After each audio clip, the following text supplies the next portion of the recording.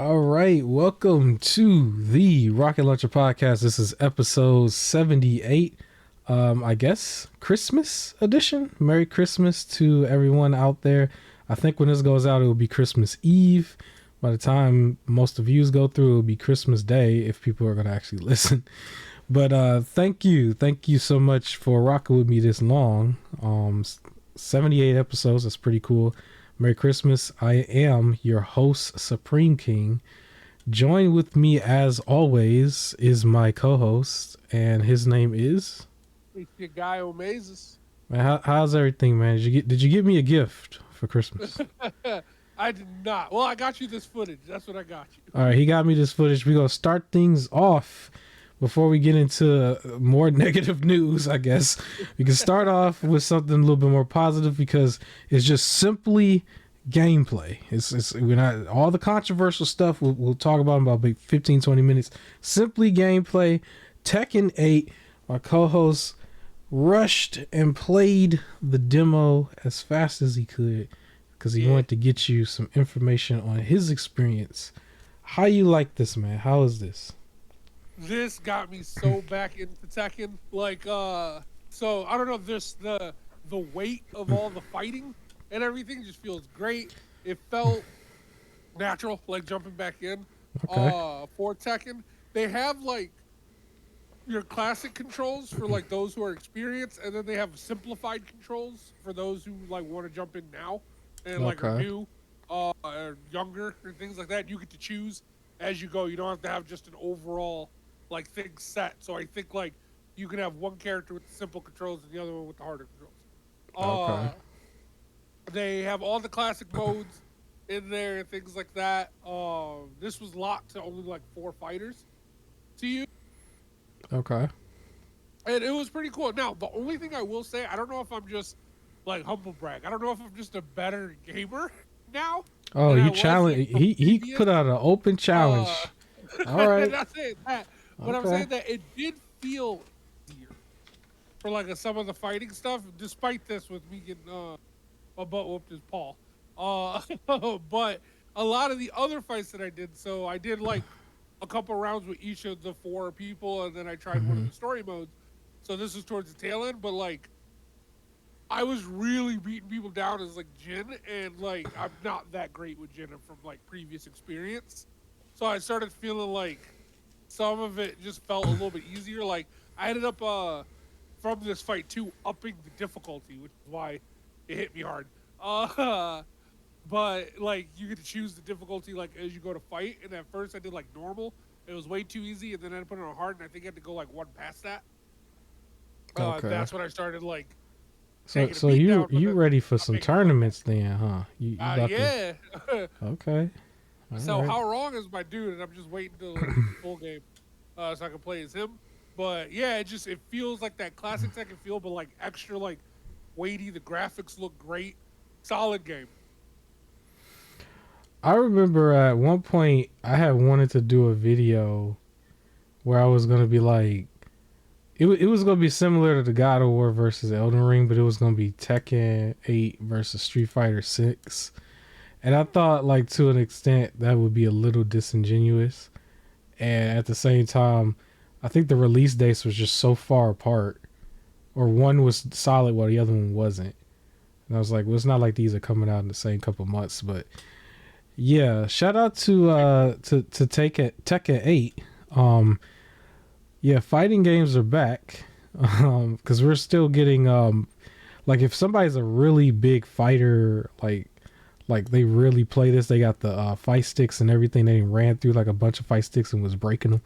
Like you got basically like within a year and a half, 3 fighting games, all 3 top ones. So Mortal Kombat, Street Fighter, and Tekken, like within the same like year and a half to 2 years.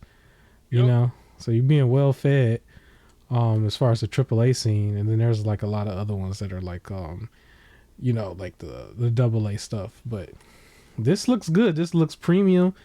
I guess so. The game also had this meta mode, like which you'll see later on for the gameplay, where you're almost like these like me looking characters, and like you're a kid playing in a Tekken tournament and everything. So like that was one of the story mode things. And there's this like one dude who's like your rival. You can tell they're trying to give him a whole like Vegeta thing where it's like, or Kaiba from Yu-Gi-Oh! Where it's like, I'm better than all of you and everything, even though you're from the humble beginnings, is what they were trying to do. That last fight was the only one that I lost. Like via Paul. And before this I played his Jin, his dad, and Nina. Okay. So, do you know what the release date is for this? How far away are we? No idea, but I can look it up. That's something I probably should have did. Because it didn't come out for this year. I thought it was. Supposed to come out January 26th. Okay, so it's literally right around the corner there. Yeah. Okay, so that's pretty cool. I don't know if I want to start doing what's going to be in the game of the year talk for next year. I don't want to start doing that this early like I did this time. Because I'm pretty sure it's going to be just so many titles. But at least there's a steady roadmap of good games if you have like access to everything. And this is third party anyway. So that's going to be everywhere anyway. But yeah, Tekken is hot. Tekken has always been hot. I've seen a lot of trash talking in person. Like to the point where people be about ready to go to blows over games like Tekken, especially on the arcades, sticks and stuff. Like just crazy. But yeah, this is the arcade thing I was talking about. Yeah, I think didn't Dragon Ball Fighter Z have something similar? At one point it was like until you got into the fight, it was just like the Mii characters or whatever, like really big headed characters. That's funny because I think with Street Fighter 6 is just you run around in like an open world kind of thing, and then it triggers the fight. But there, you're a character in the Street Fighter. Mm-hmm. This one, the Tekken, like for this mode, the Tekken characters are a video game character, and then you're in a tournament, and then I think there's also a story mode. Okay. So, do you have a fight stick, or are you gonna get a fight stick? Or you just I'm a controller person. You controller person? That good. You ain't that good? I ain't that good.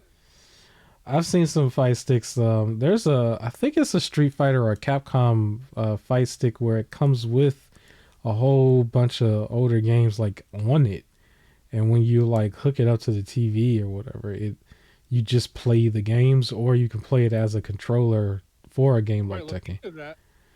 Yeah. You go pay some money for it, but they do still have it. It's pretty cool. I was still on the hunt for a fight stick that had two buttons on the side, which you don't really see too much. So like really on the left and right. And the reason for it was so I can play or emulate pinball games as well.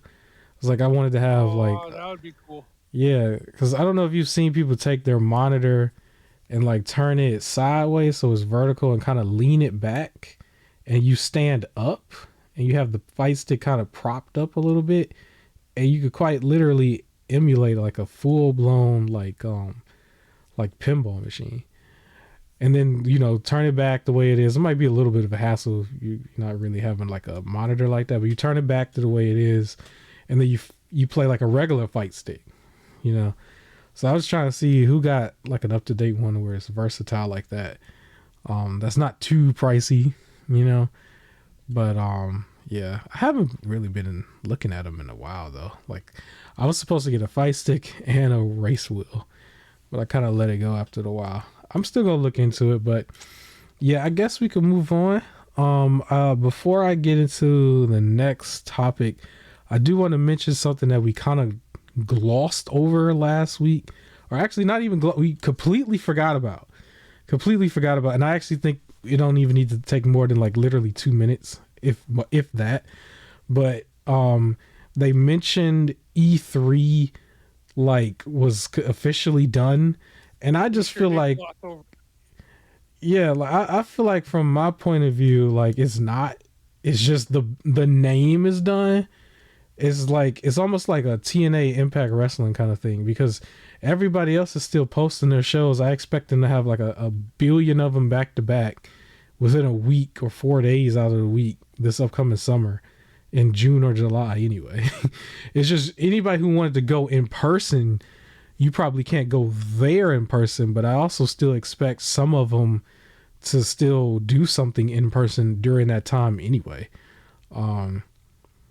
But yeah, what do you think about that? Is it that a big deal? Is the E3 thing a big deal? I felt like E3 has kind of been done when they already announced they weren't doing everything over the summer. Yeah. So then when it was like announced that it's officially done, I was like, it been dead. It been dead.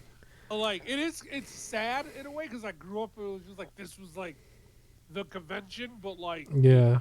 people have moved on and like it's time for the new thing now. And like once studios and like major companies were pulling away from like demonstrating E3, it's like we'll just release on our own YouTube.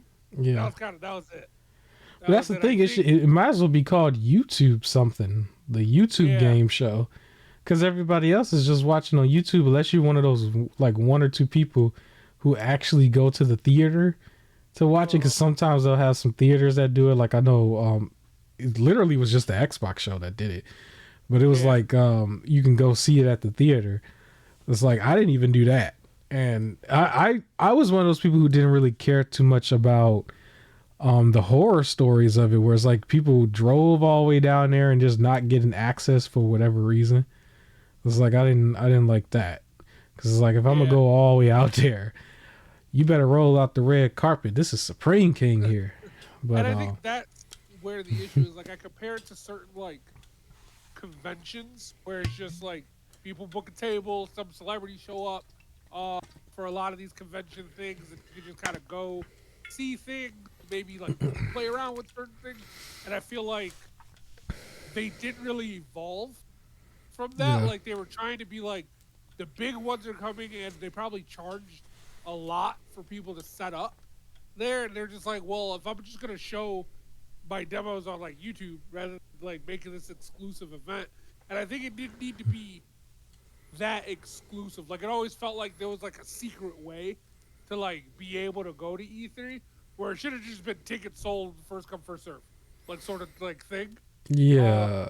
You book your like celebrity talents or like whoever's gonna be there, even if it's like full indie, like and everything to show off their games and stuff. People can like try it out, but it should have been like in the style of some of these other like comic book or like anime like conventions. I feel like it should have become like the big version of that just for video games. I think what they like it didn't do that anymore. So because we were already saying they should space it out a little bit. Like they should have it where if they still want people to show up to certain things in person, maybe they can do it remotely at those movie theaters, and you only have 2 shows at a time. And it's like cool. the next week is the next 2 shows, and maybe you could pay for some ticket package of like, $50 or $60, and you can keep going back and watching the next week and the next week or whatever until it's over. That way it's spaced out for the people who don't really got that much time to watch, 8 hours worth of video game content where it's literally like spammed too. Like there's going to be trailers from like shown back to back on both shows or 2-3 shows. You can space it out, and now it's like, okay, you pay, you can go up there, you can buy some food, and you can watch maybe 3 hours worth inside the theater, come back the next week and do it again. And the actual E3 event, like, or whatever they call it, like it lasts for like half the summer, and it's just like it's spaced out. You got time to digest. Because we've said this before, like, you don't really get enough time to digest what you've just seen, and then there's always the excess where it's just like, well, here's a bunch of dumb skits. Here's a bunch of post E3 shows that came out of nowhere all of a sudden. That's just like all the woke shows and stuff. Is like, okay, it's a little much, and now it's a little much. So, those can easily be panels that people get to choose to go to. Yeah. Right, and things like that. Like I don't know. There's other ways it could have been, I think, done because they didn't evolve. Yeah, but the horror stories I used to see was like people would know when the event is, and they'll go all the way down there, take off work, spend a lot of money on vacation money, time, and everything, and be told, oh, this is closed and it's like media only for some reason. That's what I mean about the whole exclusivity thing that I Yeah. like, where it should have just been tickets, first come, first serve, like every other convention. Like, I think they should have evolved to convention style. Like, it used to be and you would be invited or like a big wig, but now E3 for the people. Like, that's what it is, and it's just a major like gaming event for the month that people could just come out for a weekend or whatever to go to, and they didn't want to move to that. So I guess like the 2020 events was what really made it take a hit, and then afterwards it was one of those things where it's like, okay, we're not going to go in person, but the show must go on. And then everybody was still doing their shows and they were getting relatively the same reactions and everything. And everybody else was still doing their journalism over it and everything. And so it was like, well, we don't have to spend money in person at this one place. We can go rent out a little room. And it's almost the same as if you was to just go into a studio room with a big Titantron LED thing. And that's what like I think Microsoft was doing at one point. And even like just grabbing two like voice actors, right? They were doing that at one point, having them be hosts and just having the Titantron behind them, and then it fades into the real thing. I mean, you could do that anywhere. You don't have to you don't have to be in person. So once they started to figure that out, it was a wrap. And I guess maybe they saw that they weren't going to get or project to get anywhere near as many people coming in person. Maybe it was just like, that's just it. It's over. But I think it's. I mean, the whole you could do that anywhere versus having to pay E3 prices in order. Yeah, because they could set up little things in their like buildings. It's like you just take one little room, put up some lights and a green screen, and then have somebody, stand in front and read off the teleprompter and then fade into the trailers. They could do that anywhere. Even the interviews, they could do that anywhere. So, hey, it is what it is, but at least the shows are still going to keep going. I don't expect any show to just all of a sudden stop. Like I said, it was just like so many more that just got added on afterwards, to the point where that one year it was like literally just a Zoom meeting. It was no game was even there. Or when they was doing like a Borderlands interview with Kevin Hart or something, it didn't actually show nothing. So it's like, if they could do that, then you don't really need E3. But that's not the only thing shutting down.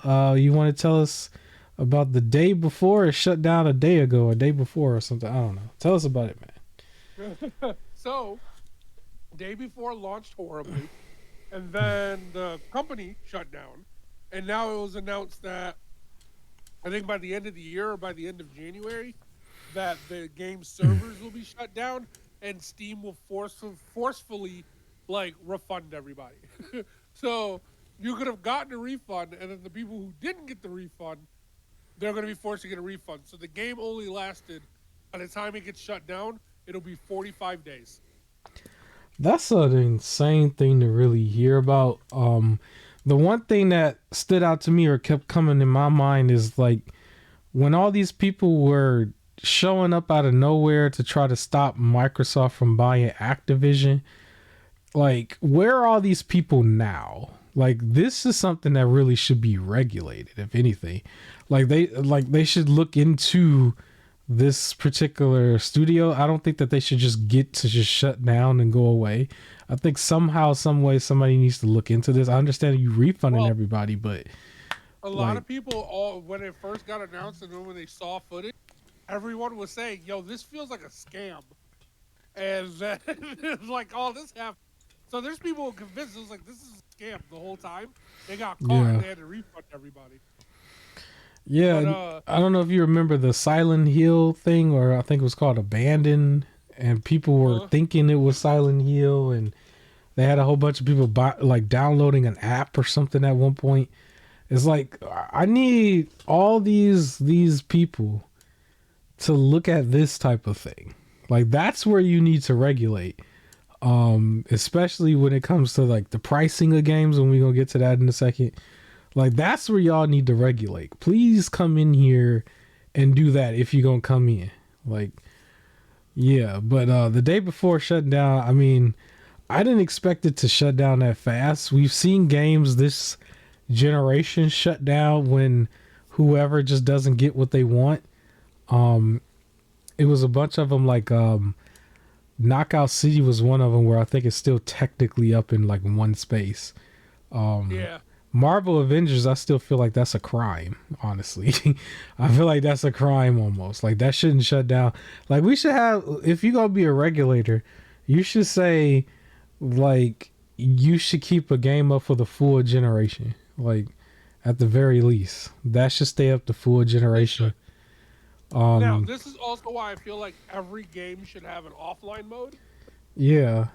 Because then it's like, sure, if they shut down the online servers, because you got to dedicate things to make sure those are constantly working, and if you're just consistently losing money, that kind of sucks. Although I still feel like you should regulate it, and you should have to. But let's say you can't, then every game should have some sort of offline mode, so anyone who doesn't want to refund it can still play it and do stuff. It's weird that it's just like gone, right? Like in like 3 years, it'll be like this game never existed to begin with. But that should be like the other part of that too is like within the regulation, because I believe their excuse was that they were not going to have enough money to sustain themselves. It was like, okay, that fast, you know, there should be a regulator that says like, well, if you're not going to have enough money to sustain yourself, you should not be in this business then, because the rest of us, you're wasting our time. You wasted Partly true. time. I feel like instead of like with that specific language is you should be careful about the type of game you make, right? Because like there's indie developers where it's one person designing like a platformer, so it kind of sucks to be like that person probably won't have the money to sustain themselves, but they're not trying to design an online game that's supposed to last forever, right? It's something that they can just release, and then we're done with it, right? And then it's just there's not necessarily like any support that they don't give after is like patching, right? But the game is full and it doesn't have to disappear. That's what I feel like. If you don't have the funds to support an online game for at least 2 straight years, then you don't get to make it online only.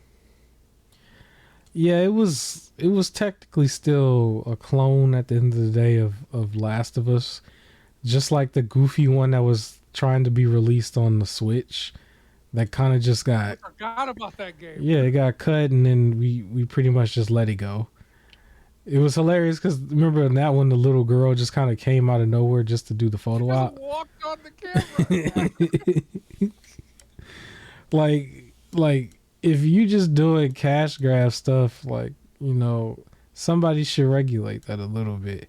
I can understand like if it's a one and done, you just put it out there kind of thing. You know, if it gets delisted, that's one thing. I just think it should stay for the full generation. And I'll keep that same energy for like some of the bigger publishers. Like I think the Fast and the Furious had a terrible game that they had put out, and then they delisted it, right, because it was making them look bad. I feel like nah, that one should have stayed out the whole time. It could have got no more buys, no more anything. But I don't think you should just take it back off the market like that.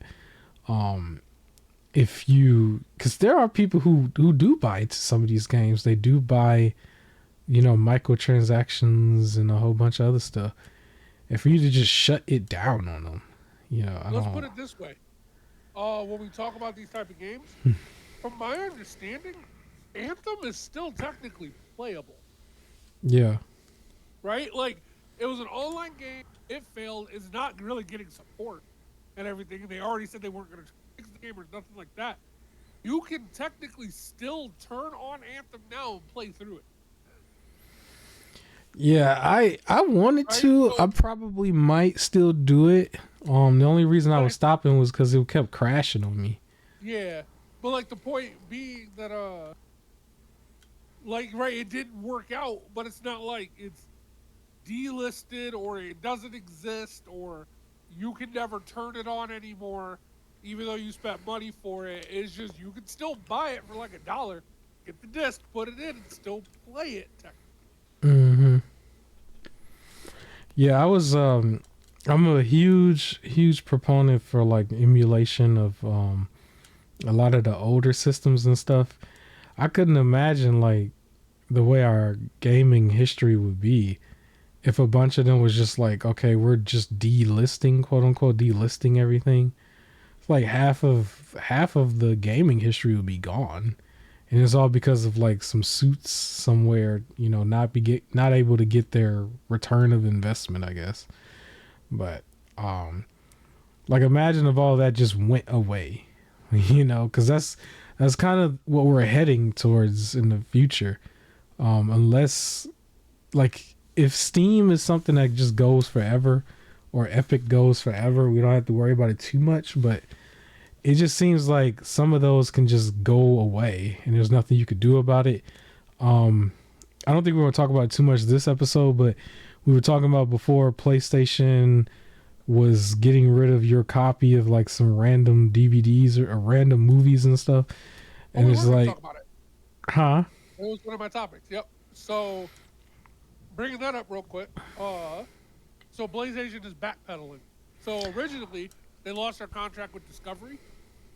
Yeah. So they just said even if you bought like the Discovery reality shows and they were in your library, PlayStation was going to delete them from your library at the end of the year, regardless of if you bought it or not.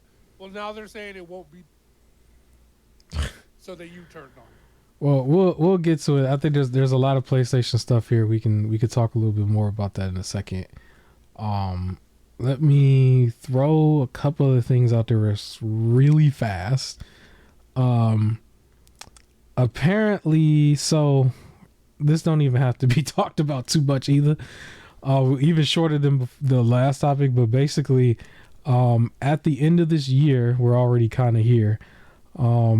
I guess Bobby Kotick, the guy from Activision that everybody hated because of a whole bunch of Activision horror stories from before and stuff. I guess that will be his last week. He's not going to be in Activision anymore starting next year. So he gets to ride off with that severance pay of I think it was like what, 400 million or something. They didn't really focus on that, but he's basically no longer there. So that's the thing going on with Microsoft. I don't have too much extra to talk about with Microsoft, but they're still gonna have a nice year, at least especially in Game Pass. But yeah, they're getting rid of Bobby Kotick. Finally, that part is over. All the crazy horror stories. I think he have like a voicemail or something. He death threatened people on a voicemail. Did he? Yeah, it was a bunch of goofy stuff. We can keep going. The bigger topic here, which might go into a lot of other stuff, but we're not going to talk about leaks with PlayStation, aka Wolverine. We're going to probably talk about a lot of stuff that happened, or a lot of stuff that came out from the leaks that doesn't have to do with the game itself. But before I have some issues, but it's not going to be like, again, I'm going to be avoiding spoilers. Yeah, we'll get to it. I just wanted to throw this one out first because this one I think is a little interesting. It might be up for debate a little bit, but the other hacker, if anybody remembers, if we go back to last year or last summer sometime, there was a hacker who I believe they identified. I forgot his name. His name don't really matter. He was an 18-year-old. And apparently, so this is regarding GTA 6. This was before the actual trailer. This was like, I think they said it was around 90 videos that had got like released. I had a bunch of them on my phone. I actually think I still have them on my phone, where it was just like early builds and gameplay footage of GTA, featuring the girl and the guy protagonists and like little things like robberies of like a food place and stuff, and then just walking around and stuff. But the hacker himself has been caught. They said he was in a hotel with a fire stick and his cell phone. and using their Wi-Fi or something, and was able to somehow hack GTA and Rockstar. As crazy as that sounds, but he apparently has been charged with the cyber crimes, the hacking, the whole shebang, and he's 18 or 19 maybe now, but they are giving him life. He's gonna get life. Is that true? So I kept saying he was gonna get life, but then I kept seeing things that saying that wasn't. But then I kept like I could see them both. It's not in a traditional prison. It's apparently in a mental facility, apparently, and I think a state. I see, yeah, indefinite hospital order. Okay. Yeah. And then like he says he coming from him, he wants to get back to doing it again. Basically, he wants to try again or something. This was like his peak. So he hasn't really learned. But at the same time, I just feel like I could see him doing some time. I just don't know if life is really the answer with that one. That just seems a little crazy for like GTA and stuff. And I understand, like, yeah, there's a whole bunch of these corporate people who really want to make their money, and they're already like infiltrating gaming like a poison, basically.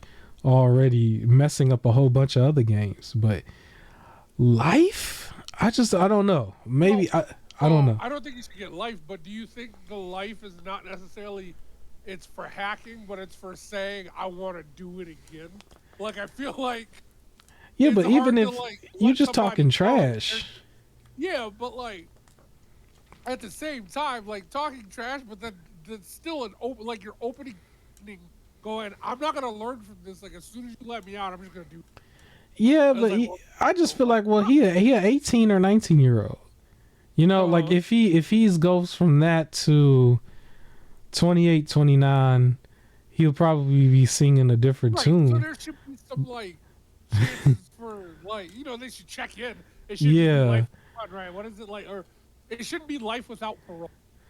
But it's like, but it should be. I like the idea, like indefinite sentence, like until, like since you're saying you're not gonna learn from this until you learn from this. Like, you know, we can't. It just seems odd because I remember we were saying like, if we jump back to Nintendo, because this looks like a thing Nintendo would do or try to do, and then the Bowser guy, the Gary Bowser, I think is his name. They didn't give him. He didn't get life. As funny as that is, he got like a couple years, but then he was ordered to pay Nintendo millions, and couldn't, and so they put him back in there because he had no money. But his income was the website. It was just, I don't know. That's kind of the same thing, right? Like if he's like for life, he's gonna have to pay them back. Like it was strange because with the Nintendo one, like he had made like $100 and something while being in prison, working a prison job, and then they confiscated it or they took it. I was just like, what are we doing here? Like it seems stupid. Like you owe him, like you owe for life or you're in for life. Like it's kind of the same thing. So like the punishment here is like, not only will you not get to play GTA 6, you're not going to play anything. You're not going to play any more Rockstar going forward. But we're in a situation where it's possible Rockstar, we're talking life now. It's possible Rockstar could go out of business and then you still in jail. And it's like, are you still in your mental facility? Where I see it, it's slightly differently, which is, I guess it's not the exact equivalent. Yeah. But it'll be like if a kid like got into a fight or disrespected a teacher, they're like, you're suspended for a day. And he's like, go ahead and suspend me. When I come back, I'm about to do it again. Yeah. Like openly. So then they're not gonna just give him a day and then come back. It's like, well, no, you're gonna have to stay until you learn, and we'll check in to see if you learned your lesson yet. Right? Like it would be irresponsible. It's like, well, you still get one day and come back.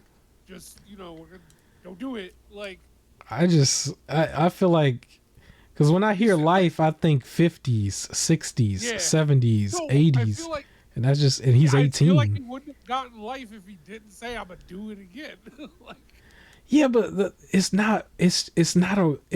It is a crime. I'm not gonna say it's not a real. It's not like like you didn't take a life away though. You did not. I also agree. You did not, because when you think about it, we know people. There's been stories where people do those type of things and they don't get nowhere near this kind of time, right?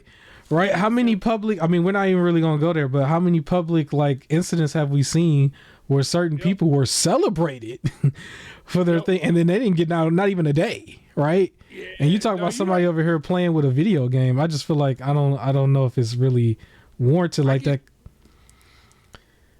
I also feel like they shouldn't have this much power. So that ties into something that I wanted to rant about, where I wish we just ignored them. Yeah. Right? Like, so like all this stuff has been leaking about like Insomniac, right? And I've just ignored the leaks as best as possible. Yeah. Right? Because I don't need to know it. Like, I'll see it when it gets announced. Like, when Insomniac announces it, I will see it then. So what's upsetting me was, like, I was on X, and IGN I'm sorry, the way you said it. The leaks. Yeah. I was on X. Because it doubles as like there's a substance with the same name. I know, yeah, I know. So, I was on Twitter. I was on the website X. That's what you probably should say. Wasn't on X. I was on. Yeah, I know. I was on Twitter. We having fun. Hit the like button. IGN is sharing leaks. Like, they're not even saying like a leak has discovered this. They're putting the leak in the title. Or it was like if I swipe a certain way on my phone, it'll give me news articles. Yeah. Sometimes that's how I get information for the podcast. And I'm gonna make up a news title because I'm not trying to spoil anything. But the title specifically, it did something like this. And again, I'm making this up, but it was like leaked information about Insomniac's Power Rangers video game. Or no, it said leaked information about the subtitle for Insomniac's Power Ranger video game tells you what the story is going to be about.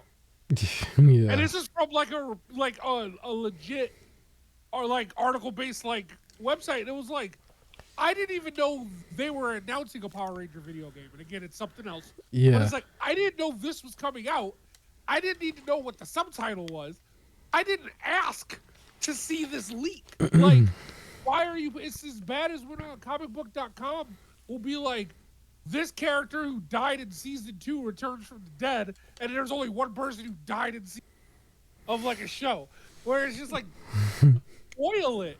And I feel like when you get these like leaks, right? Because they unfortunately got like workers' like personal information. That's horrible. Yeah, no, that's the so the whole leak with that is a big topic. Hold your horses on it. We're gonna get to it. We'll get to that. But for the basic part, for the like just the information they like took, all they have is information, right? All of they're like you know, pay us for us to not leak it. It's information about like future stuff. If no one paid attention to it, there is no power in the information anymore. So then Insomniac doesn't have to like pay them for anything. But then part of that issue is like if actual news sites are going to spoil the information, it gives the hackers powers. Like, stop. So like with this kid too, him leaking GTA stuff, anything that said it was a leak about it, I paid zero attention to. Like until Rockstar announces it, then I'll take it into weight. So whatever I could avoid, I'm not online searching like GTA leak, blah, blah, blah. I'm waiting to see what gets announced. What gets spoiled just because people want to be people on the internet. But from that point of view, because of that, there's no way this kid should get life because of sharing information that I wasn't even looking at. Yeah. Right? And it's like if everyone did that, they wouldn't have these powers. It wouldn't be a big deal. Who cares? Well, GTA, it didn't skip a beat at all. It was probably one of the most watched trailers, period, in gaming. I don't think he shouldn't get life. I think it's still kind of ridiculous, but we're not really. I'm not on his side. I just don't think. it just doesn't make sense to me from comparing it to quite literally any other crime you could think of. Like I feel like his crime should not overtake what we could think of like robbery, arson. If we're being real, his crime was he spoiled stuff. Yeah, and I'm like, what did it do to like? How did it hurt GTA? Like literally, like it didn't do a thing. It didn't do a thing to GTA from what we've been seeing, and it's still probably going to be the hottest release of 2025. So I think that's the year they said they were going to do. But yeah, we could move forward. I think so. We don't really have to touch on this too much because I don't have the real information. I just wanted to mention. So there's leaks coming from everywhere. But I guess Suicide Squad got a leak as well. And I don't know too much because like I said, I didn't really look at it.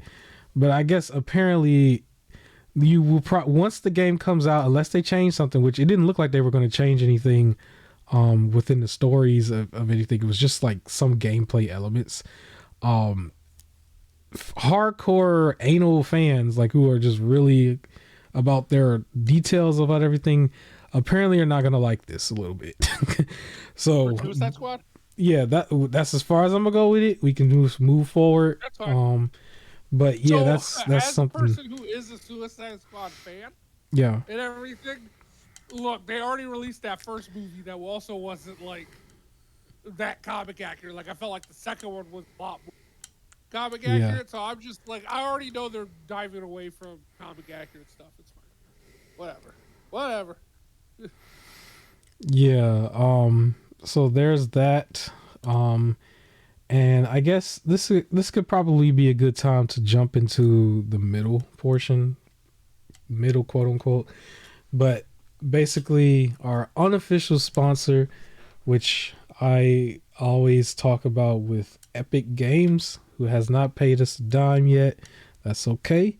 But the unofficial sponsor, this is an interesting one now because we're in the middle of the holiday season and they're doing their thing where they come out with games or they give away games every day. Apparently it's supposed to be 17.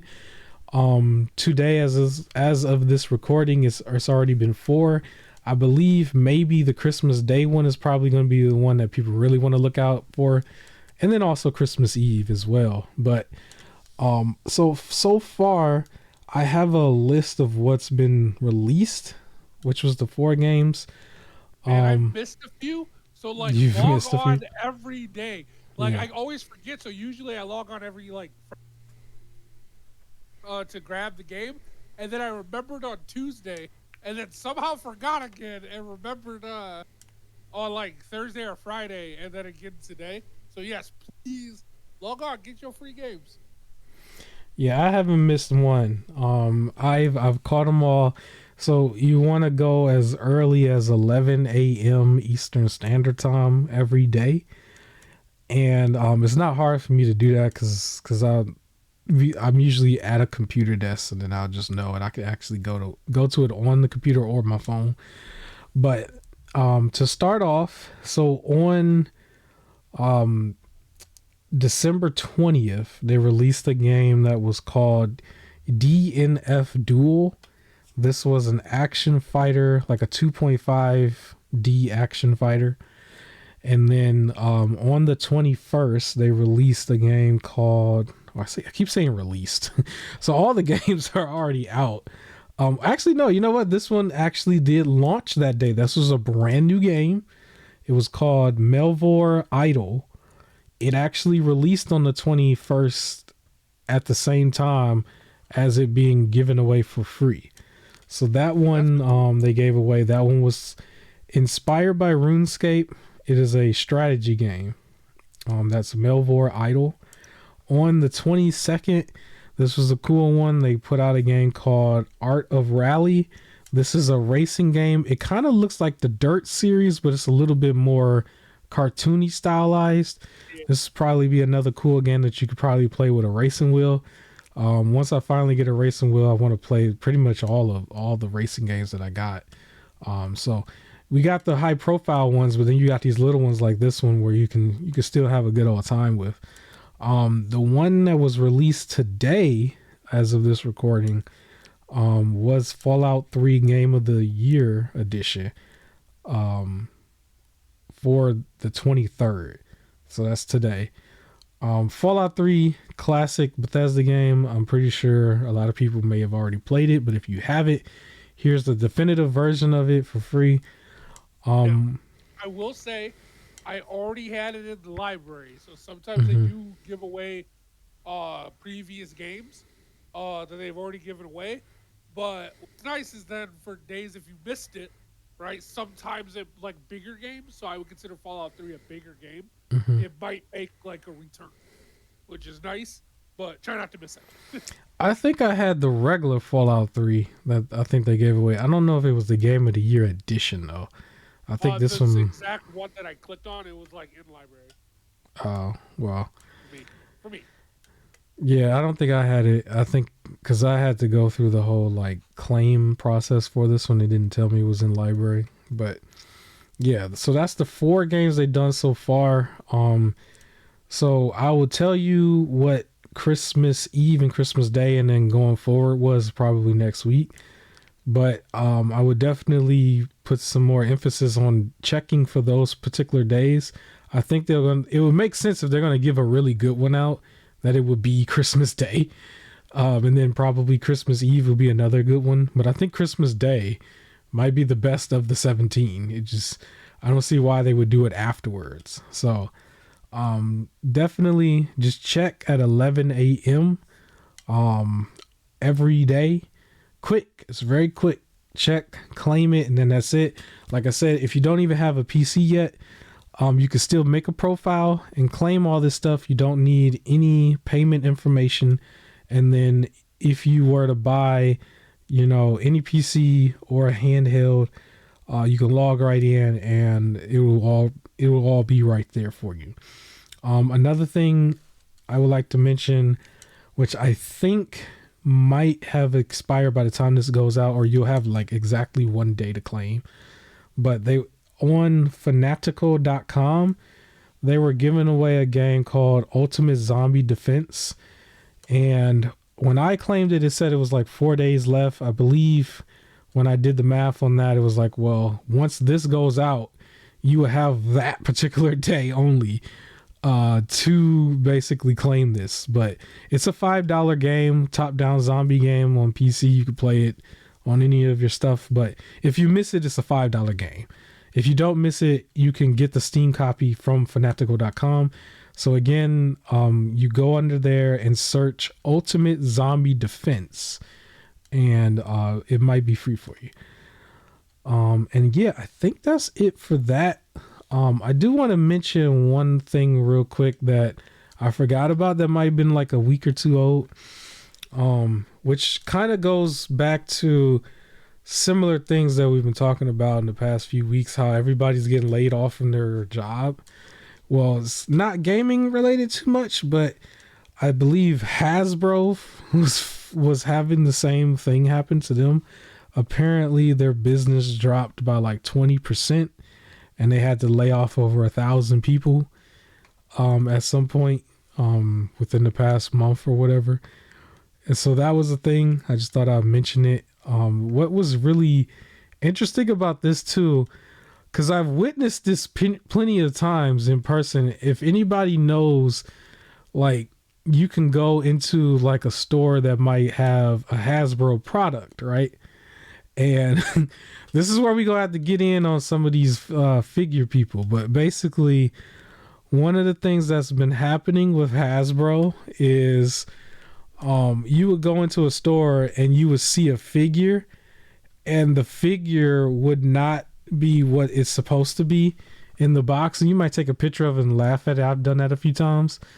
Because like I remember seeing a figure where the box said it was the Rock's figure, but the figure was like a really crappy looking Randy Orton.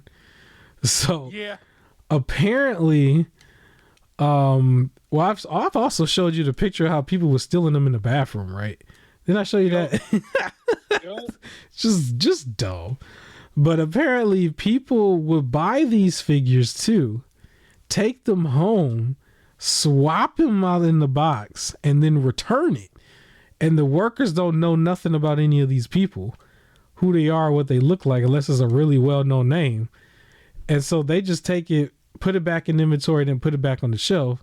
And the fan has taken the figure and swapped it out for an old figure that they don't even like. And that's apparently a thing that's been notably happening to the point where, like, Hasbro knows but doesn't have a way to do anything about it technically.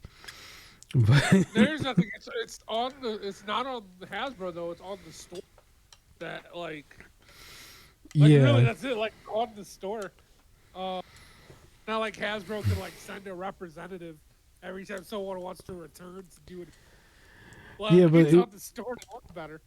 If you really think about it though, like what major retailer in customer service is gonna know who MJF is or know who, you know what I'm saying, like Adam Page or something? Like they might know who The Rock is because he's a well-known name, a big time actor. But if you just grab Joe Schmo from any wrestling company and swap out a figure for another Joe Schmo from a wrestling company, they're not even gonna know that. So when you're at the customer service, they're just gonna take it back. They're not gonna know at all. That reminds me, because I had the story also about like how I bought like a crappy little Xbox controller and somebody like swapped it out and put it in there and they had a like lower price, and I just thought about getting one because I just didn't have it in that color. And then I saw it was a crappy controller and I sent that one back and they still put it right back on the shelf because it was somebody's, like the whole bottom, like the top part was clean, but the back of it wasn't. It was kind of sticky too. It was like, what? Ugh. And so people do that. I didn't really think that, like, to me, it's not that big of a deal to go buy something else, but maybe for somebody else it is. But I guess this ain't the way, but that's what people are doing, I guess. What are your thoughts so that we can move on? I don't know. If you're going to take something back, inspect it, like, on the store. But then again, someone was like, it's a big retail. I do feel like overall for Hasbro to make more money, produce more toys that you can buy them in the store. It's weird that you do this like exclusive. We're only gonna make like 40, and only 20 of them are gonna ship at a time, and first come first serve. And then they're like, well, dang, now we don't have enough money to pay everybody. And it's like, well, you didn't release enough. Like, release more. Yeah, but not only that, when they had the product, they couldn't get it to you. They can't, like, you pre-order it. It's pre-ordered indefinitely. It took me a year and a half just to get the King Tyranno.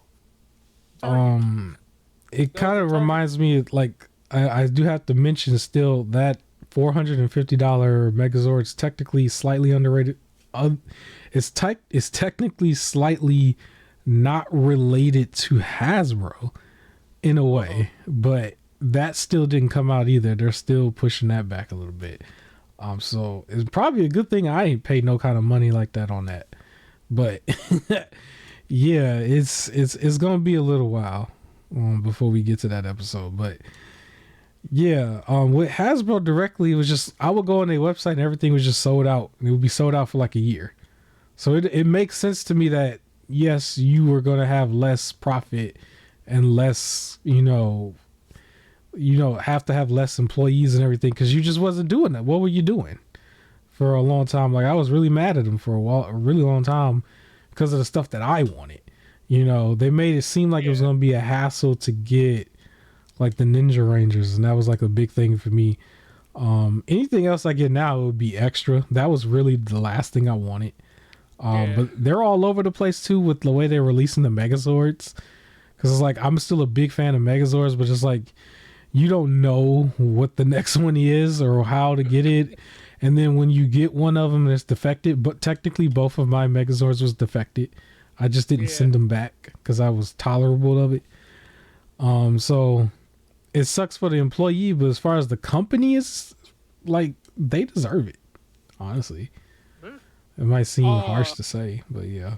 You did remind me from Hasbro, 2 notes. I finally saw Transformers Rise of the Beast. The movie? Yeah, it was good. And I went yesterday and I saw Aquaman and the Lost Kingdom. Okay. Yeah, I enjoyed it. I know people are gonna hate. Like, I'm a DC fan. I know I'm also biased. So where people would have legit criticism, I'm still just gonna enjoy it because I like DC characters. Uh, I have my own little gripes, sort of, with it, but my gripes with this movie were kind of the same gripe I had with the first one, without trying to spoil anything. Yeah. But overall, I thought it did good. The movie was good. The CGI was better than the Flash's CGI. Like, you can tell Okay. they put in a little bit of work. Some of it still looked wonky at times. But I don't know why CGI seems to be getting a little bit worse. Overall, I don't know if it was because of maybe the writer's strike is what did it, where people just weren't working. So now, that everybody jumped back into the office, they were just kind of finishing things up as fast as possible. But yeah, this one, it looked okay. It was fine, but I overall liked it. It was good. I'm interested to see what DC does now, their universe. All right. Now I think as we wrap this up a little bit, we can get to the bigger topic. There's multiple topics in one. It's regarding PlayStation again. It's so crazy because I guess I gotta say this again before we even get into it. It's like, have we ever heard any good news from them? I just feel like it's weird that I say it. I said it last week, and then from that week to this week, it was like kind of more bad news that was coming out. And it's just like, man, leading into Christmas of all time, it's like typically when you do like things like a podcast or something, you usually have a lot of, at least with the bigger channels and stuff, you take the Christmas season off and you come back basically right after New Year and stuff. And it's like there was a lot that came out this week where it's like ignoring it would be almost a crime. But the first thing probably to mention, shame on you to like all of these random YouTube channels and stuff that really did show the leaks and stuff, Right. where I didn't even click on it. It was just like, it was channels that I knew about or that I subscribed to that was showing screenshots and stuff in their thumbnails of Wolverine. And don't get me wrong, it looks like it's probably going to be like a well thought about like design as far as what he's going to wear and stuff, because I saw a screenshot. He looked really good, and based off of just like Spider-Man and how they had a whole bunch of suits, I can imagine they're going to have like a lot of different suits for Wolverine, where you could be the Logan version or you can be the black and yellow version, and then a whole bunch of in between. So he does look great. It's just I didn't necessarily want to see it yet. And IGN, comicbook.com, a couple other places showed stuff or basically spoke on it and everything. They just wanted their clicks. They didn't care about the respect for the franchise, the lore, the fans. It is really unfortunate. I believe the story is there was like over a terabyte worth of data that was fully leaked out. So there was the ransom. Insomniac did not pay the ransom. So they threw everything out there, which included gameplay, some boss fights, the full story, and then like, all the screenshots and everything. So I avoided as much as I could, but at the same time, yeah, people had them in their thumbnails and stuff. So if you're subscribed to certain people and you're just scrolling along, it's like right there. And it's just like, oh man, like it's kind of like distasteful a little bit. But the deal. It's just a lack of respect for Insomniac. Like, Yeah. it's just like, it's not like, so, not to say it's like easy, but hacking's easy. Right, like I even took a class on it back in college. Like, to hack a company, it's a very easy thing to do, relatively. Unfortunately, where you can have all these safeguards to the point where there's actual companies that like they hire, and their whole job is to just hack in, to let them know where there's like weak spots. That's the whole company's job. But unfortunately, when people like some of these people, like, I mean, you got modders, right? So like, and then people who are like indie developers able to make a game. So with that, it's not like, this is some super high tech. Oh, like you won't understand it. Unfortunately, people, if they have the drive for it, you can understand how to do this stuff. So I don't necessarily fault some of the companies for getting hacked, but also there is a lot of human error with hacking that I've learned. Like, some of the techniques to like hack companies is like, if you were just thinking for a second, you could have avoided it. But like, Yeah. I feel like them reporting and sharing these leaks and everything is just like, it hurts Insomniac as well. Like, to a degree, to me, it's like just don't do that. Like, the Spider-Man games have been great. You know this is gonna be great. Like, it's gonna be fine. You don't need to hack it. You don't need to leak it. I heard modders are trying to play the game now, and everything. Yeah. It's just like, come on. Let them make what they want to make. Like, what are you doing? Yeah, there was apparently like a $2 million ransom or something. It was good for them to not pay it, because if they was to like pay that and then all of a sudden they're like, okay, if they're gonna pay it, everybody else is gonna pay it, right? And they're gonna like probably try to hack everybody. So it's good that they didn't, because you don't really want to give them money. Like, you're kind of hurting the company or whatever. But really, I don't think it's going to stop anybody from playing Wolverine officially. I think people go play that game. They're gonna play Blade as well. They're gonna play all the superhero games. I think there's still gonna be a nice solid audience for Suicide Squads as well. But yeah, the leaks is unfortunate. It seems pretty like weird to me too, because I just don't feel like I have a like anticipation list, I guess, but I'm not to the point where like I'm just itching to play something so bad or something. I need to know everything as quickly as I can or something. Like, I don't really do that. Like, I'm not like when it comes out, I'll just get it. Like, I'm at a different level, I guess. Like, I can breathe a little bit. I'm not just, oh, I gotta see this so bad, or I gotta have this so bad. I don't know. Like, even at 18, like the GTA hacker was 18. I don't feel like I felt that way at 18 or 19. It seems pretty childish. It's like, that's what you feel like at 12. That's not what you like. I don't know. Like, the hackers is like, I almost want to tell you to grow up a little bit. Like, a little, like, I don't see the value in trying to hack the company to get the news immediately. Because there have been times where like news sources and stuff, they'll run with a story that's like a story that's right then and there, and it'll just be completely wrong, and everybody thinks they know what they're talking about, and it's just completely wrong. Like I remember Endgame, everybody ran with the story that Ant-Man was gonna fly up Thanos basically and then expand, and they just thought that that's how it was just gonna go, and it was just like, that didn't happen at all. It wasn't. He didn't even do that to a henchman or nothing. You know what I'm saying? I'm like, they were so certain and I'm just like, that just didn't happen. And that was just it. And that was the end of it. And the way I would say people should treat it is no different than like, there's a game that's out right now where plenty of people have played it and beat it, and you just simply didn't play it yet, and you just avoid typing in stuff about it so you wouldn't really see it. Unfortunately, with something like Wolverine, it would probably tell you, I would probably tell you, you just have to stay off something like Twitter altogether and avoid certain YouTube channels. I was disappointed in this one YouTube channel that I know, because he usually, like, he reports on mainly Transformers, but he threw out that, some of you might even know who he is, but like, I mentioned it to you off air, but basically, like, I was kind of disappointed. Like, I'm just scrolling, and I had this up on my big screen, or big gaming monitor.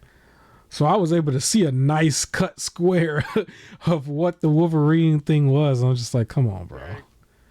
Like, usually they strike people down for that, but I don't know. Maybe Insomniac is not moving at the level of Nintendo. But It is what it is. Insomniac is trying to just say we don't care and just like moving on past it. Yeah. Which is the way it should be. No one should just care. It's like just part of me is just like don't give like the hacker's power is solely based off how many people share this information. If everybody ignored it, right, it wouldn't be a thing. Yeah. But right? It's the whole thing of like also it's like a rumor. A rumor is only gonna grow legs if everyone keeps sharing the rumor. But if everyone ignores the rumor, it's no longer a rumor, nobody cares. Nobody knows anything about it. Yeah. And it's the same thing here. It's like they leaking this information. It's like, I know everything that happens in Wolverine. Everybody's like, okay, good for you. And like everybody just moved on. It's like, I'll wait till the game comes out. There goes their power. There's no incentive to hack, right? Like leaking this, everybody reports on it. The company like goes, oh my god, please don't share the information. We'll pay you money. All that does is tell the next person, well, if I learn how to hack, right, it's an easy payday. So that everybody just sees it as easy paydays and everything. And it's like, if we didn't give it power, then nobody would do it. I think realistically it's probably going to get to the level of what wrestling is. Because wrestling gets leaked all the time. But it'll just be one of those things where people will hear the story, but then they just continue to just watch wrestling anyway, but not really... Like it, you just so much stuff is just coming out, but nobody's getting paid at all. But unfortunately, it's just gonna keep like stuff is gonna keep getting released, but nobody's gonna get the ransom money. Stupid too. That used to upset me too, where it'll just be like, "Oh man, this person is returning like this specific day." Yeah, and it's like I can't just like watch it and see it pop up now. The whole night, everyone knows, everyone's chanting the person's name, and it just kind of spoils everything. And it's just like that feeling you get when it's like a surprise return is great. Why are you always trying to spoil it? I remember. I was gonna say I remember when they ruined. I think it was Sting's return to Survivor Series, and he was in the ring with Triple H. And they kind of just ruined that whole thing, and we didn't know. It was always going to be Chris Jericho, where there was kept like save us. That was it. And it kept cutting through, and it was doing the save us, and the whole crowd is just chanting like Y2J, Y2J, and there was no reason why anyone should be chanting him. And then it did the countdown, and it was revealed it was Chris Jericho, and it's just like you didn't spoil it. Like it was like everybody was already talking about he's returning this day. And it's just like, okay. Like, I don't know. It's just when John Cena returned at the Royal Rumble and nobody thought it would happen because he was injured. And then he just popped up and he was back. It made it a big deal that people forgot that they hated him and wasn't even booing because everybody was just surprised that he was back. And it's like, why do you try to ruin that for yourself?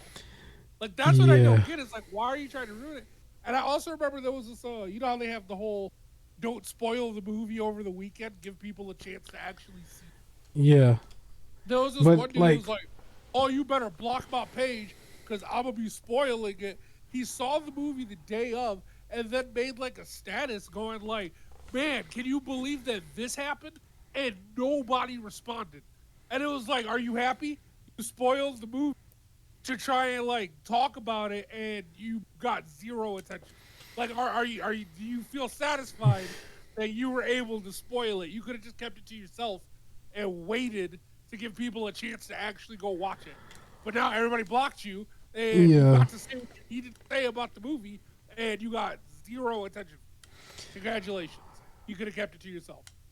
The Spider-Man movie, I still haven't seen it, but the main reason was because that following Monday after it was released, it was spoiled by comicbook.com for me.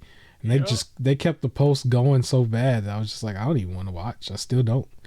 I had to like really let it die down for a minute. I know I've seen that Hasbro had figures where it pretty much confirmed it as well. I'm not mad at that. Like at this point, it probably should have had some figures, but as far as the film itself, it was just like, It's that same thing. Like I said, it's when they used to like them or IGN would just be like, this person returns from the dead, and it's like the show only had one person die. Like you're spoiling it. Like just don't spoil it. Yeah. Now the next part of the same topic. Insomniac ain't 100% victims here. There's some other details here that probably should be addressed that is a little upsetting to me, even though anybody with common sense could probably see this coming a mile away. But it was kind of confirmed that basically, like with games that they are working on, they have it set up basically where they know they're going to do DLC ahead of time instead of just putting it all in the game. There's that. But more specifically, I feel like most companies do that now. It's unfortunate, but yeah. Most specifically, there was mention about Spider-Man 3. So I don't think this is really a spoiler of Spider-Man 2. It's not. We're just talking about pricing here. But there was this idea that they are considering splitting that game up into 3 parts and selling it for like $50 each for $150 total. That was in one of that leaks that had came out. And on top of that, it kind of goes back to PlayStation as a whole. They're also considering trying to raise the price on their exclusives again for somewhere between $80 to up to $100 for the exclusive.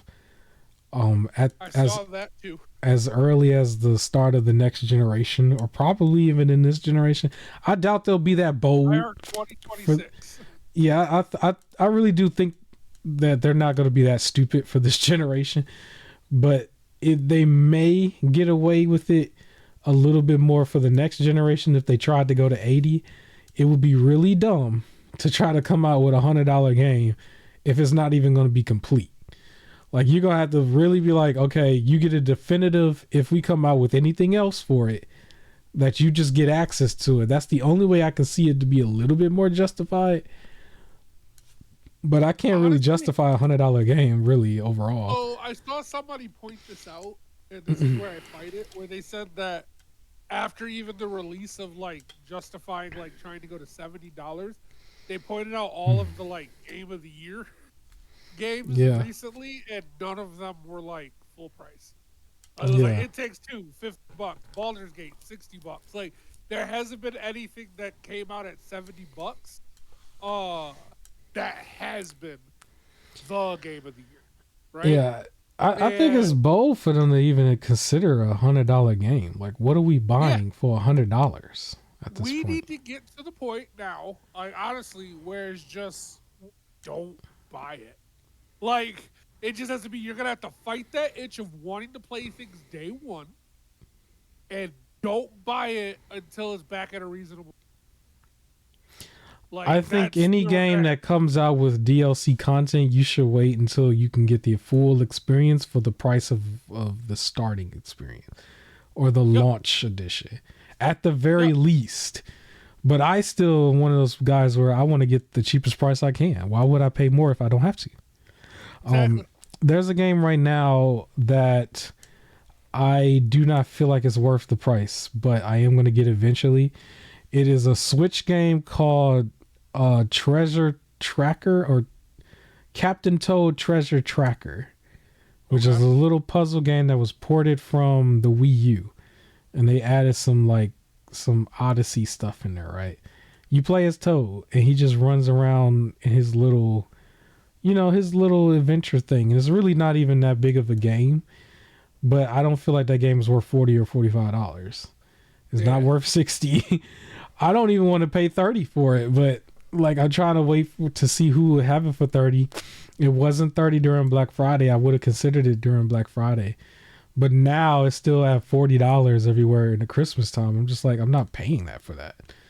It just doesn't seem like that type of game. And I understand next generation, or as early as next year, Nintendo is definitely going to go for the $70 model, and you don't see Nintendo drop their prices that often.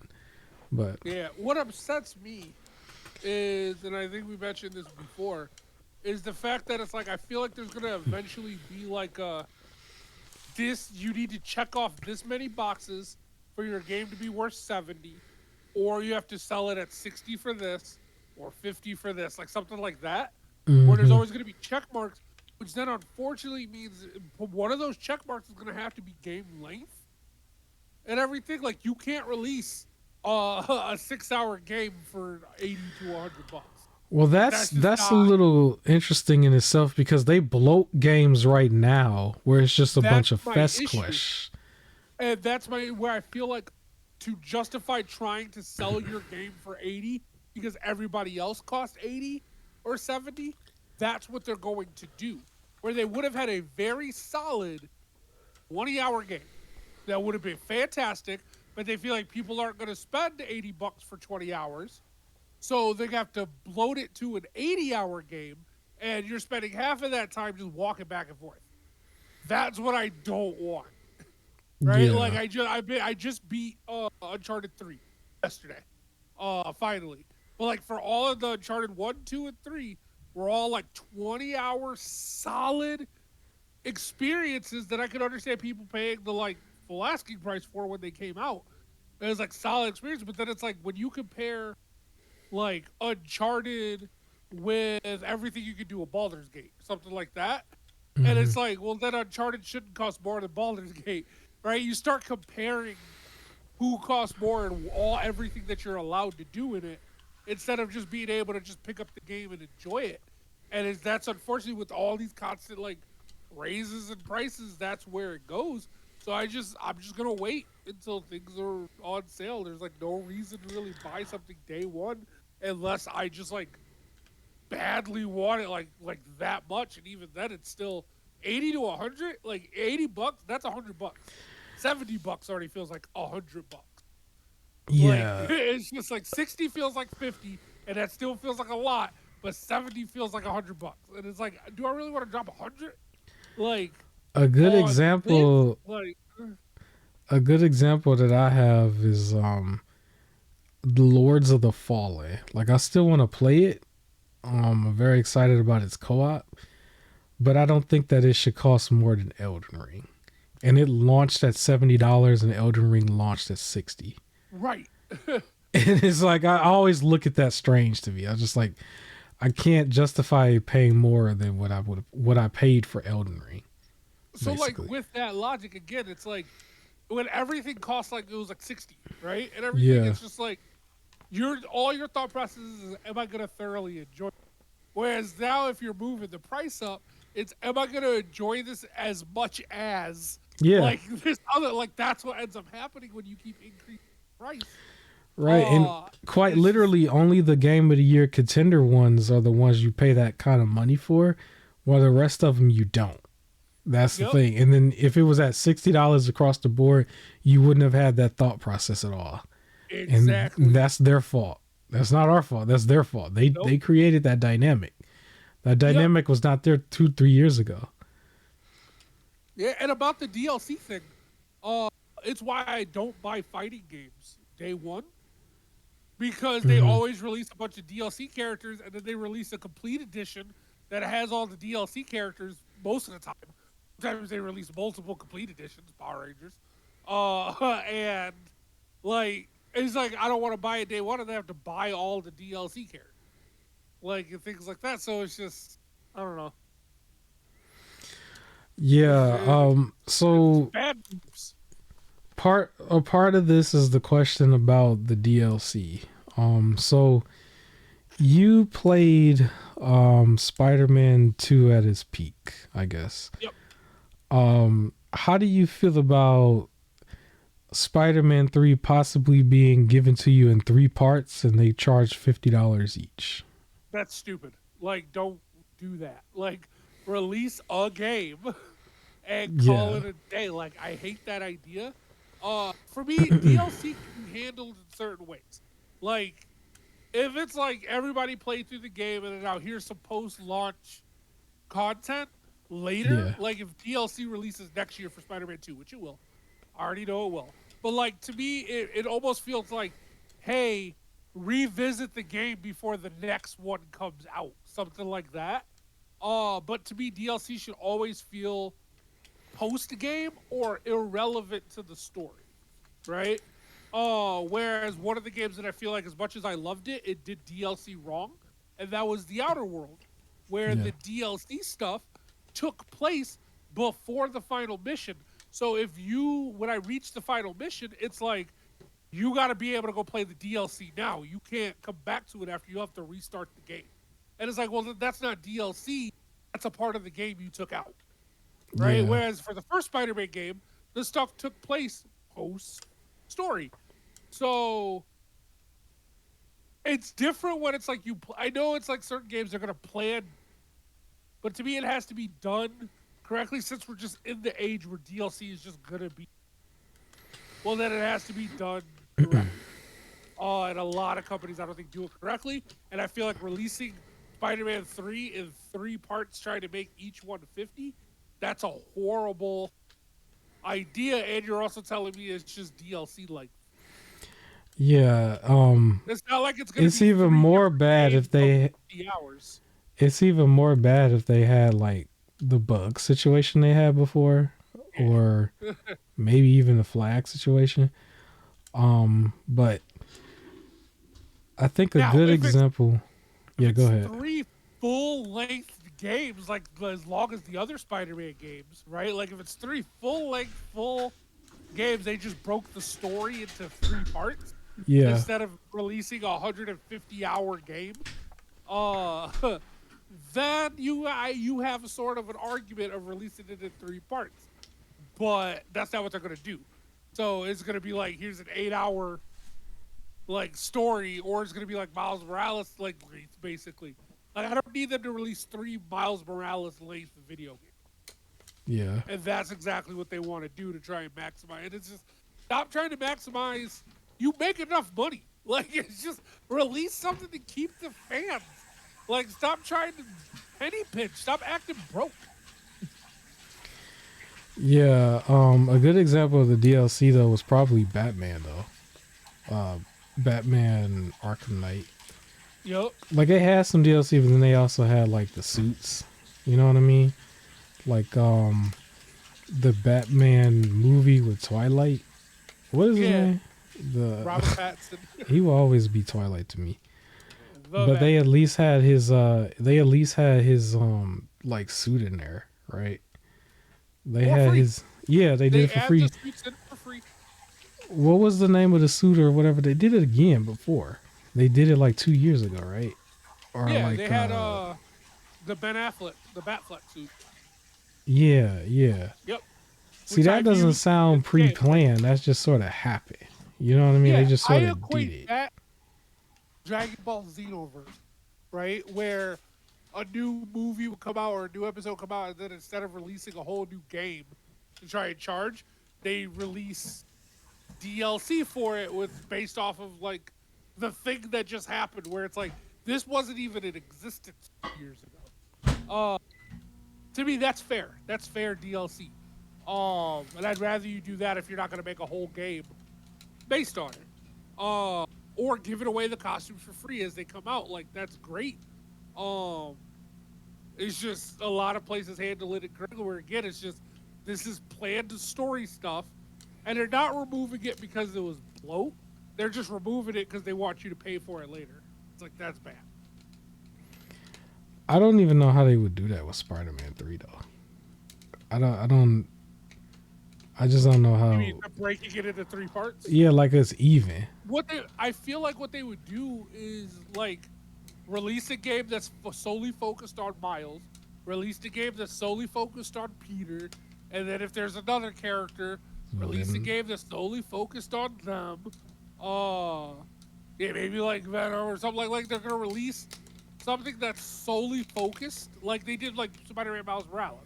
It'll be Spider-Man this person, Spider-Man this person, Spider-Man this person, and then I guess the third one will be like Spider-Man and like the end or something.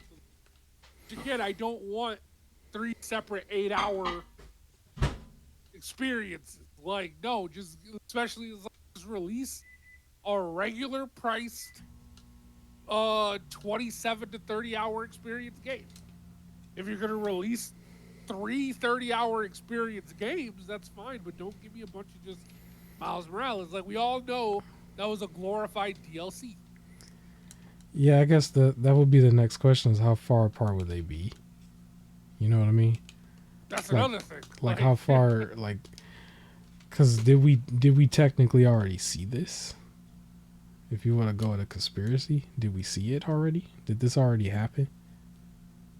Would you say it already happened? What do you mean? Spider-Man 2018, Miles Morales, and then Spider-Man 2. Oh, yeah. Did they already do this? Or, well, you played all three, I only played two. Do you think they already did it? Did we... I feel like really it was 2 games and Miles Morales DLC. As opposed to its own thing.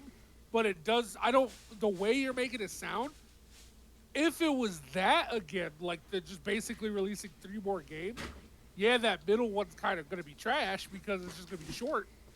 But it sounds like instead of Spider-Man 1 and Spider-Man 2, both of those are going to be Miles Morales. They're going to charge $50 for each. So it's just that is breaking up one game into 3 parts. And I don't know, releasing it 2 years apart each is like, no, just give me one full period. I don't want to do that. How long do you think each part would be, though? Would it be even or 8 hours apiece? 8 hours apiece. Yeah, if they're gonna do it at 50, or all 3, it's gonna be Miles Morales length. Well, all we heard, it sounded like they were just considering it. It didn't sound like it was concrete. It's obviously way too early for them to be in that stage, I would imagine. But that's what came out. Yeah. Again, if it's 3 parts and all 3 are like full length, like high quality, like basically the same length as Spider-Man 1 or Spider-Man 2, like full length games, then to me that's not 3 parts or like splitting the story into 3. That's just planning to release 3 more games. That's different. Like I don't mind that. Like if they have an overarching story that they're trying to tell, and they decided to break the up amongst games, that's just planning out a trilogy. That's different than. Yeah. Like, I would hope you do that. I hope you know what the full story is as you're making. So yeah, that would sound like good writing. The problem is that they called all 3 of them Spider-Man 3. That I don't like. Yeah, like they didn't mention it would be a 4 or a 5. They just said 3. So that's just what is being happening. But the only other thing coming, well, there's a couple other things. So we found out that Ratchet and Clank was officially a flop. It sold 2 million copies, but it put them $8 million in the hole, apparently. And it actually was their cheapest. Huh? Rifts Apart? Yeah, Rifts Apart. The 5th? Is it the 5th game? I don't know. It was considered their cheapest game to make, though. They didn't spend as much, but yeah, I don't know if I'd blame them for that, right? You gotta blame me. Well, the thing is that game was a launch game for the PS5, and not that many people could get a PS5 at the time. And then by the time people regularly could get a PS5, the game was like, wasn't it like free? Or like old or cheap, or like they're not gonna get that much money off of it. Like you could get it like extra cheap now because it's old. Like I feel like I feel like the game would have done better if more PS5s were available to start. Because basically, as you get a PS5, you get Ratchet and Clank. Like that was almost how it went. It's just you couldn't get a PS5. So I don't know. Like that, I feel like that's not a fair thing. Well, we can move on from it. I don't think it's it is what it is. My experience was like hot and cold. When it worked, it was fine, but unfortunately for me, it wasn't working for some certain points. It worked the whole time. I enjoyed it. So yeah, there's still more PlayStation news. But interesting thing also, it was documented that they used the term afraid But they were saying Sony was afraid of the Activision deal. I found that to be interesting. Yeah. So that was And we've mentioned. talked about that a lot, and we know why they were afraid. It's because of the amount of money Call of Duty pulled. Yeah, That's old. Call of Duty is a monster in itself for a game Yeah. to be selling as well as it is when it's supposed to be like they called it a 4 or a 5 out of 10. That's kind of crazy in itself.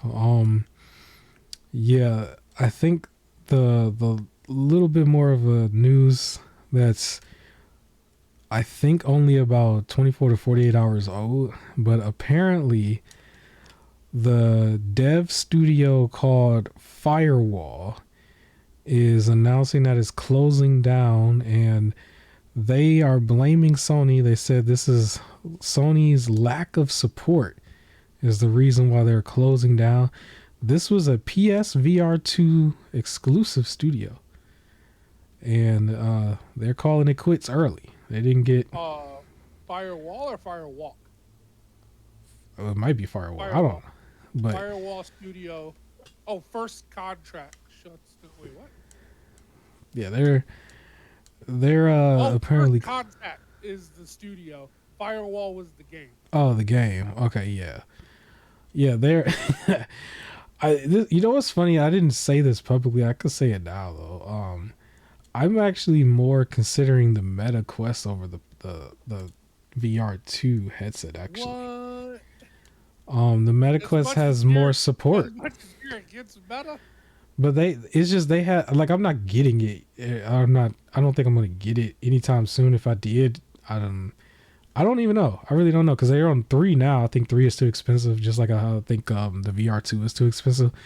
But like I just don't want like it's tied to the system, the VR2 headset, where that one is wireless. That was like one of the biggest things, and then apparently if there are any PC games or Game Pass games or Xbox games that you have, they have a deal with Xbox where you could play the VR version of it like within their headset, where if you go to PlayStation, like for example Village, you have to buy that VR2 version of it, basically. Little things like that, and then it's not backwards compatible. The Meta Quest is. I think that's what hurt it the most, honestly. For the VR2, the lack of backwards compatibility, because there were some games given away for free, like for PlayStation VR, PS4. So the fact that you can't access any of that, I think hit it hard on time. I mean, it's not like they weren't promoting their VR games. Like there was a whole constant show and like the beginning of shows and stuff about it, but it just, I don't know, it felt weird, and the cost I think was too much, especially for it still being wired essentially. Yeah, and it's like, over 500 was 550. It's 550. And the current VR headset for Meta Quest 3 is 500. So it came out after the VR2, less than the VR2. Like I'm not really about to buy that because I still think it's a lot for that niche, and I don't think I get what I want out of that niche yet. Basically, because I don't have a game where it's like I have to play this. Like there's not an experience. There was something that I saw that was interesting where like the metaverse thing that people was trying to do, like it's in that headset a little bit where you could technically walk around in certain towns and meet quote unquote people. I don't really want to meet any strangers, but it would be cool if I knew enough people who would have it. But now you got to go convince your friends to go buy a $500 headset each, and then nobody's going to do that. So it's like, I don't know. So VR in general, I'm kind of on a pause on. It's the last piece of gaming that I don't have.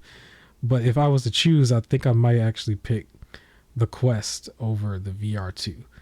And part of it is a reason like this, like they didn't have the backwards compatibility, but now one of your studios is closing down. That reminds me of Stadia. That was like a thing that happened in Stadia. their first party studios closed down, and then Stadia was just like shortly after it. I don't think VR2 is going to close down in general. I do think that it's just going to have overall a lack of support. It never should have had. It should have had backwards compatibility. That was probably the biggest thing. I think that really killed it for that because it didn't have enough of an audience compared to the real thing. That and the price, basically. But yeah, what do you think? Are you going to get this headset, or if you had to choose between that and the MetaQuest or one of them, what would you choose?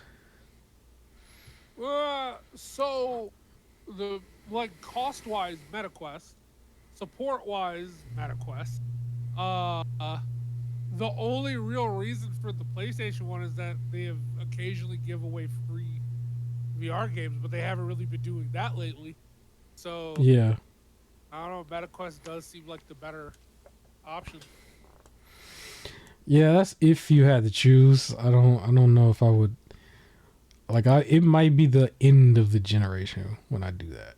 Like it really I don't feel like cuz that would be really one of those systems where you'd have it but you wouldn't do nothing with it. Like you would just you pull it out for like one game literally. Like it doesn't have like this long library like that. It like at least with the MetaQuest is somewhat similar. There's games there, but it at least partners like they understand to partner with like one of the companies so that they could bring you the VR versions of headsets within their service. You know what I'm saying? Like so there's something there. But yeah, I don't really care too much about the VR2 anymore. It's unfortunate. But yeah, that's most of the news. We have your last topic. I'm just wanting to glance over this real quick because I don't see anything else. All right. Hopefully we can start the new year with some positive news from PlayStation. That'd be great. Fingers crossed, knock on wood, whatever. I don't know. Well, I do feel like, I mean, it's almost like a balance. A lot of the earlier this year was a lot of like Microsoft like bad stuff on the end. Like the only real thing on the PlayStation and was them being mad about the Microsoft deal, but all other bad news came from Microsoft. And now at the end of the year, the bad news is coming from places like Sony. Hopefully next year is just good news. I don't know. I think PlayStation's was all year round. Like it kept going. It kept well, going. They had little stuff here and there, but the main thing throughout the year was the Activision deal. Other than that, the big issue under the Microsoft side was the Activision deal was a little bit more annoying in itself. I will say, but yeah, I would like to hear like positive, like something where you can definitively say this is positive. Coming from their camp. I just don't feel like I've heard it in a while. But last thing, so what announced game are you most looking forward to? Honestly, it might sound like the same old story for me, but it would just be Black Myth Wukong. I don't think I need to go too much further than that because even when they didn't have an announced date, they've shown more gameplay than games that did. And they've shown more gameplay than games that like was basically set to come out, and they didn't really. It doesn't look like they have anything to hide. It doesn't look like it looks like they're confident in what they have. Like the day before, like you question what you saw really with the day before, and then it was looking spooky to people. People was questioning things like Marvel Avengers, I still feel like shouldn't have been delisted, but I remember people questioning it all the way up until it released. People are questioning Suicide Squads all the way up to its release, but with like Black Myth Wukong, I feel like they are like confident, like they are not worried about that at all. Yeah. So that would be mine for sure. All right, I actually have 5. I just couldn't decide between some of them. Mm-hmm. All right, so of course Wolverine, the Wonder Woman.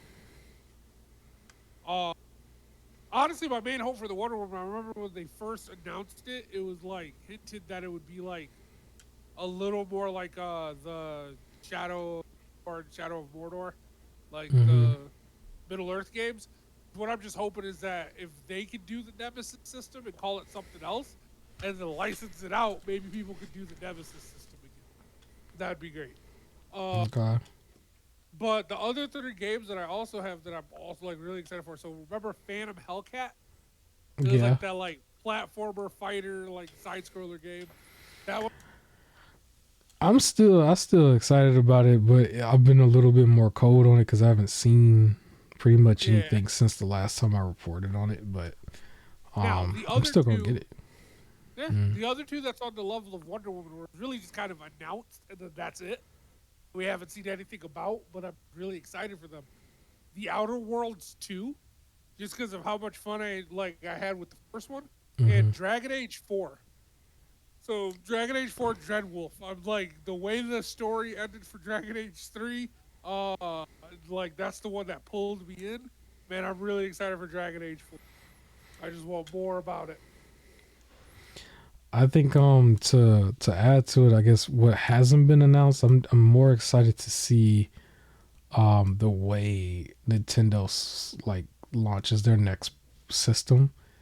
Yeah. How I'm more curious to see the specs of it. Like, are they at Okay. least going to attempt to match the other handhelds? I don't expect them to beat it, and I don't really think a lot of people are expecting them to beat it, even though we all kind of want them to. But it's Uh huh. like at the same time, I do not think it's a good idea to purposely go under it, like it or underpowered. That's not a good idea. But I would hope that they at least match the ROG Ally, because that's been out enough where they had enough time to see the specs, buy one, dissect it, and say, how do we get it as close to this as possible? I think they could do it. They probably can't do the Lenovo, even though that's not too far off. I think it's maybe that device has like really been in development for a while, so you can't just make that much changes. But you can make some tweaks here and there. But I'm excited to see what the gimmick is probably going to be for it. If it's just going to be the same as the Switch, and then at the same time, like the price that they're going to go for, the price with their games, which I think is still going to be $70 games. But just how they present it, how they launch, like did they learn from how they presented the Switch OLED? Because even though the OLED was selling afterwards, I do think the way it was presented was a flop because it Yeah. gave the Steam Deck its energy. Um, so I Bro. want to see, I really want to see that. I want to see like Odyssey come with it, or Odyssey 2, or Mario Kart 9. What do they launch with it? What do they put out there? So you Mm-hmm. made me think about this when you said like how like with the gimmick has. Mm-hmm. Or what if the launch is with a crank? What if I have like a crank capacitor? That's what some of the games Oh, that require. would be bold. That would be so bold. And what's bad is they would get away with it. You would hear a fanboy literally ignoring Yep. that they was finding any little way to twist it around too. They were talking about how innovative it is. Like, no, nobody else ever did it like this. This crank is so great. Yeah. But yeah, that's what I would want to see. But honestly, it's just as far as the game Black Myth Wukong, Okay. mainly just like what I was saying before, they seem very confident with it. It's not a trick, it's not a gimmick. There's plenty of footage out there. It looked like the way the footage was looking, it was like, man, you could have probably released it like last year. Yeah. But yeah. Anything else we want to say before we hop on and finally defeat the Remnant 2 final Annihilation. boss? Yes. Enjoy your holidays, people. Enjoy the Yes, break. man. Enjoy your holidays. I'm gonna enjoy mine. Man, close us out, man. Close us out. I'm gonna let you close us out. Close us out. Oh, all right. Yeah. Now you just threw me on the spot. Enjoy, enjoy your holiday. And we'll catch you on the next one. Peace. Peace.